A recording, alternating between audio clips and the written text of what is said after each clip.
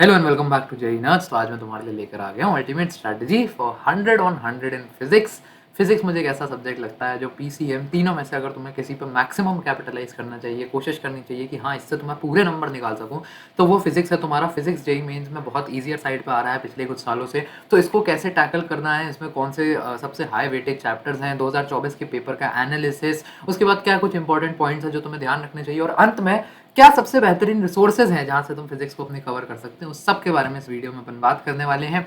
थोड़ा सा मेरी आवाज़ थोड़ी धीमी रहे या थोड़ा सा मेरी टंग स्लिप हो जाए तो मुझे माफ़ कर देना। मेरी 4-5 दिन से तबीयत थोड़ी सी ख़राब चल रही है, बट वीडियो डिले ना हो जाए इसलिए शूट करना ज़रूरी है। तो काम नहीं रोकेंगे, स्टार्ट करते हैं।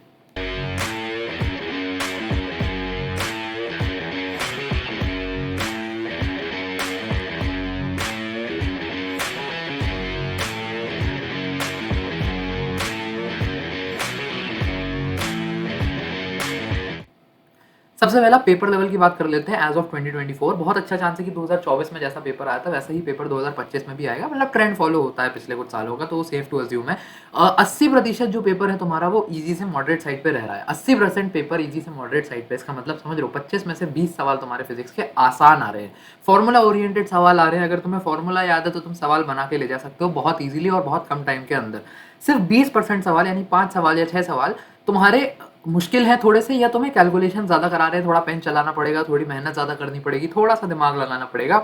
और लेस देन 5% ऑफ दीज 20%, मतलब जो 5 मुश्किल है उसमें से इक्का दुक्का सवाल तुम्हारा ये समझ लो कि कोई बहुत मुश्किल आ गया या अलग सवाल आ गया, ऐसे जैसे किसी उन्होंने इंस्ट्रूमेंट पे सवाल पूछ लिया या कुछ डिफरेंट कर दिया पेपर में। तो कहने का मतलब ये कि फिजिक्स जो है ओवरऑल फेयरली ईजी आ रहा है पेपर। फिजिक्स में कैपिटलाइज करना आसान है। फॉर्मूला वगैरह पे अब तुम्हारी अच्छी पकड़ होनी चाहिए, फॉर्मूला ओरिएंटेड रिवीजन तुम्हारा होना चाहिए, तुम्हें फॉर्मूलाज मालूम होनी चाहिए। हर फॉर्मूला पे तुम्हारे फॉर्मूला स्पेसिफिक सवाल बनाए होने चाहिए। जैसे अगर सेंट्रीपिटल फोर्स का फॉर्मूला है तो उस फॉर्मूला को यूज करते हुए तुमने वर्क एनर्जी पावर वगैरह में बहुत सारे सवाल बनाए होने चाहिए। उससे क्या है कि पेपर में तुम्हें टच से आएगा mv²/r, तुम फटाफट से मार के आ जाओगे, तुम्हारा टाइम बचेगा जिसको अपन मैथमेटिक्स वगैरह में यूज कर सकते हैं, है ना। तो पेपर काफी ईजी आ रहा है, फॉर्मूला पे अपनी पकड़ बना के रखो। मुश्किल चैप्टर्स या मुश्किल चीजें जेई मेंस के लिए प्रैक्टिस करो, लेकिन अगर तुम्हारे फिजिक्स के मॉक्स में 100 में से 80 नंबर, 100 में से 90 नंबर आ रहे हैं ना, उसके बाद तुम जाओ फिर मुश्किल सवाल प्रैक्टिस करने पे। एडवांस लेवल के थोड़े से फिजिक्स के सवाल सॉल्व करो। उससे क्या होगा, ये जो 5% क्वेश्चन है जो टफ वगैरह आ रहे हैं उससे तुम्हारी उसकी तैयारी हो जाएगी, ठीक है। तो ये बात रही पेपर लेवल की और कैसे उसको प्रिपेयर करें। अब चलते हैं टॉप चैप्टर्स में।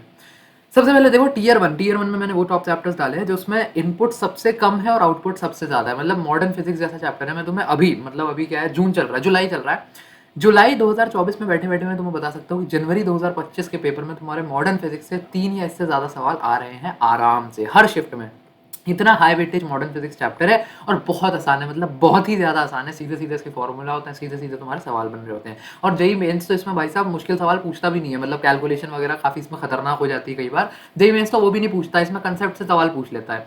तो modern physics, current electricity, units, dimensions and errors, semiconductors, EM waves, AC EMI, thermodynamics and KTG, ये तुम्हारे टीयर 1 चैप्टर्स हैं। अब ऐसा नहीं है कि सिर्फ इन्हीं चैप्टर्स को करना है। जैसे मैथ्स में मैंने एक लिस्ट दी थी तो उसमें कहा था कि टीयर 3 चैप्टर्स को छोड़ देना, नहीं। फिजिक्स में सिलेबस कवरेज बहुत ज्यादा इंपॉर्टेंट है। जो मैं अभी तुम्हें टीयर 1, टीयर 2, टीयर 3 ये तीनों लिस्ट देने वाला हूं, इसका बस ये सिग्निफिकेंस है कि पहले इन चैप्टर्स को करना है। इसका मतलब ये नहीं है कि इन चैप्टर्स को, लास्ट वाले चैप्टर्स को तुम छोड़ सकते हो या उनको हटा सकते हो, नहीं। पहले टीयर 1 पे पकड़ बनानी है, फिर टीयर 2 पे पकड़ बनानी है, फिर टीयर 3 पे पकड़ बनानी है। और बहुत कुछ मुश्किल हो जाए तो टीयर 3 से इक्का दुक्का टॉपिक छोड़ सकते हो, लेकिन फिजिक्स में ज्यादा टॉपिक्स मत छोड़ना। जितना सिलेबस कवर कर सकते हो उतना कवर करना। बाकी यहाँ पे 3 टॉपिक्स जो है, मॉडर्न फिजिक्स, सेमीकंडक्टर्स और ईएम वेव्स, ये मैंने स्टार मार्क कर रखे हैं। इनकी एनसीईआरटी रीडिंग जरूर लगानी है, उस पर आगे बात करेंगे क्यों, ठीक है। नेक्स्ट चलते हैं टीयर 2 के टॉपिक्स पे। टीयर 2 में सबसे पहले electrostatics and capacitors, laws of motions, work energy power and circular motion, ray optics, wave optics, मतलब ये वो वाले चैप्टर्स हैं। इनमें इनपुट थोड़ा सा ज्यादा देना पड़ता है। जैसे रे ऑप्टिक्स बहुत बड़ा चैप्टर है, उसमें बहुत तरीके के सवाल बनाए जा सकते हैं, चाहे फिर वो मैग्निफिकेशन से हो, लेंस फॉर्मूला से हो, तुम्हारा टेलीस्कोप, माइक्रोस्कोप वगैरह के सवाल हो, तो ये सब सवाल इसमें बनाए जा सकते हैं।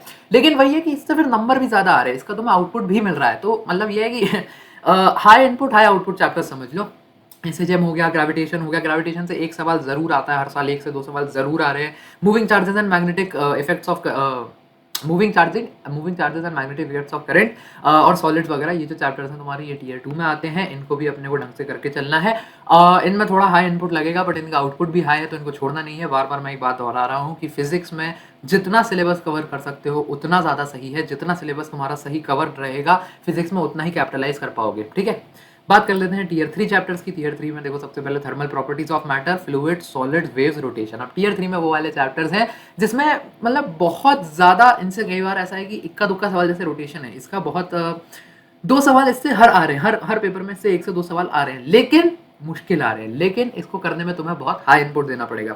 तो अब ये वो वाले चैप्टर्स हैं कि वेरी हाई इनपुट और मॉडरेट आउटपुट वाला है, बट अब ये है कि इनको भी छोड़ नहीं सकते मेरे हिसाब से। तुम्हें इनको भी सॉलिड शायद 2 बार हो गया, तो इसको यहाँ से हटा देना, इसको टीयर 2 में अपन कंसिडर करेंगे, टीयर 1 में मत लेना। बट कहने का मतलब ये करना इनको भी है। मैं तुम्हें कुछ कुछ सब टॉपिक्स बता देता हूँ, जैसे रोटेशन पे, इमोशन, इनर्शिया पे बहुत सारे सवाल आ रहे हैं, मतलब मोमेंट ऑफ इनर्शिया पे इतने दबा के सवाल पूछे जाते हैं हर साल। मेरे खुद के पेपर में, जब मैंने 2023 में पेपर दिया था, तो उसमें मोमेंट ऑफ इनर्शिया पे सवाल आए हुए थे 2। तो moment of inertia, angular momentum, conservation of angular momentum, ये रोटेशन में बहुत ज्यादा इंपॉर्टेंट होता है। थर्मल प्रॉपर्टीज ऑफ मैटर में तुम्हारा अक्सर alpha beta gamma coefficient of expansion पे सवाल पूछता है, उसको तुम कर सकते हो। फ्लूइड्स में इक्वेशन ऑफ कंटिन्यूटी और बर्नौलीज प्रिंसिपल, बहुत ज्यादा सवाल आ रहे हैं इनसे। तो इसमें अगर मैं ये सब टॉपिक्स इसलिए बता रहा हूँ कि अगर तुम्हारा नहीं होता सिलेबस या छोड़ देते हो, तो उसमें इन केस तो इसको जरूर कर लेना। वेव्स में इक्वेशन ऑफ वेव जो होती है तुम्हारी y इज इक्वल टू वो वाली ए साइन वाली, उससे दबा के सवाल पूछता है भर भर के। और डॉपलर्स इफेक्ट, डॉपलर्स इफेक्ट मतलब ऐसा है कि वेव्स में अगर सिर्फ तुम डॉपलर्स इफेक्ट करके चले जाओगे ना, तो ये है कि तुम्हारा एक चैप्टर अपने आप में पूरा हो गया। तो डॉपलर्स इफेक्ट की इंपॉर्टेंस बहुत ज्यादा है, डॉपलर्स इफेक्ट बहुत ज्यादा पूछा जाता है, तो उसको भी पढ़ के जाना। सॉलिड्स में तुम्हारे मॉड्यूलस पे सवाल पूछे जाते हैं, सॉलिड्स तो बहुत छोटा सा चैप्टर है, उसमें कुछ ज्यादा है नहीं। बाकी अब जो मेन चीज है, इंपॉर्टेंट पॉइंट्स, इस पर बात कर लेते हैं। Maximum syllabus coverage is very very crucial in JEE physics. अगर तुम्हें 100 में 100 नंबर लाने हैं, तो तुम्हें 100 में 100 वाली तैयारी करके जानी पड़ेगी। और जेई फिजिक्स में क्या होता है ना, एक टॉपिक से एक सवाल आ जाता है, तो ऐसा है कि तुम्हारे 25 के 25 सवाल जो है ना, जरूरी नहीं है कि वो सारे सवाल जो है वो कुछ ही कंसंट्रेटेड टॉपिक से पूछे जाएंगे। कुछ हाई टॉपिक्स रहते हैं, वो ठीक है, लेकिन ये क्या करते हैं, तुम्हारे बहुत सारे टॉपिक्स के बहुत सारे जो फॉर्मूलाज हैं, उनको उठा उठा के उनसे सवाल पूछते हैं। तो तुम्हें हर तरीके का फॉर्मूला पता होना चाहिए अगर तुम्हें हर तरीके का सवाल बनाना है। अब जैसे मॉडर्न फिजिक्स है, मॉडर्न फिजिक्स चैप्टर एक ही है, लेकिन उसमें कितने सारे सब पार्ट्स हैं। तो ये क्या करेंगे, 3 सवाल पूछने हैं ना मॉडर्न फिजिक्स से, एक तुम्हारा पूछेंगे न्यूक्लियस वाले हिस्से से, एक तुम्हारा पूछेंगे एटॉमिक स्ट्रक्चर से, एक तुम्हारा पूछ लेंगे एक्सरे से। तो इसलिए जरूरी है कि तुम्हारा तीनों कवर्ड हो और ढंग से तुम्हें वो याद हो। अब ऐसा कुछ बच्चे क्या इसमें बेवकूफ़ी करते हैं, कुछ चैप्टर्स कर लेंगे, टीयर 1 और टीयर 2 के चैप्टर्स कर लेंगे, बट कुछ सब टॉपिक्स छोड़ देंगे ये समझ के कि मुश्किल है। अरे भाई ऐसी बेवकूफ़ी मत करना, कोई चैप्टर कर रहे हो तो उसे पूरा पूरा करना। टीयर 3 के मैंने तुम्हें बता दिया, उसमें मैंने तुम्हें सब टॉपिक्स भी बता दिए बाकायदा, लेकिन टीयर 1 और टीयर 2 में ऐसा मत करना कि कोई टॉपिक का, कोई चैप्टर का कोई पर्टिकुलर टॉपिक पूछ लो। JEE Mains physics chapter specific सवाल नहीं पूछता, टॉपिक स्पेसिफिक सवाल पूछता है। सिर्फ एक छुट्टे से टॉपिक से तुम्हारा क्वेश्चन आ जाएगा, और फिर अगर तुमने टॉपिक नहीं पढ़ा होगा तो आसान सवाल होता है फिजिक्स में, आसान आता हुआ सवाल तुम नहीं बना पाओगे। इसलिए सिलेबस कवरेज को ढंग से करके जाना।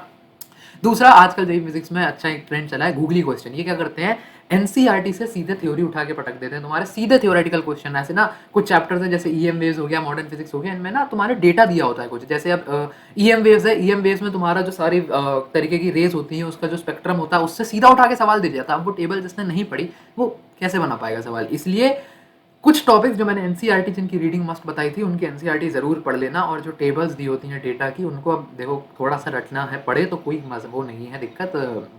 फिजिक्स में 100 में 100 चाहिए, वो बहुत ज़्यादा वर्थ है, तो थोड़ा सा रटना पड़े तो रट लेना। लेकिन टेबल्स को इन चैप्टर्स की जिनका मैंने तुम्हें वो दिया है, स्टार मार्क करा था, बता देता हूँ, मॉडर्न फिजिक्स, सेमीकंडक्टर्स और ईएम वेव्स, इनकी तुम एनसीईआरटी जरूर पढ़ के चले जाना भाई, बहुत ज़्यादा हेल्पफुल होने वाला है। ठीक है, उसके बाद लास्ट तुम्हारा बात कर लेते हैं बेहतरीन अब सबसे रिसोर्सेज की, कहाँ से फिजिक्स को अपने एकदम ऑप्टिमाइज किया जा सकता है। पहले तो जेई वाला चैनल पे फिजिक्स के वन शॉट्स हैं बहुत सारे, अगर किसी को कंप्लीट चैप्टर पूरा करना है तो वहाँ से पढ़ सकते हो। बाकी यहाँ एक मेंशन नहीं है, वेदांतु जेई चैनल पे विनय शूर सर है, वो भी बहुत क्रेजी लेवल की फिजिक्स पढ़ाते हैं, तो चाहो तो उनसे भी पढ़ सकते हो, बहुत बढ़िया टीचर हैं।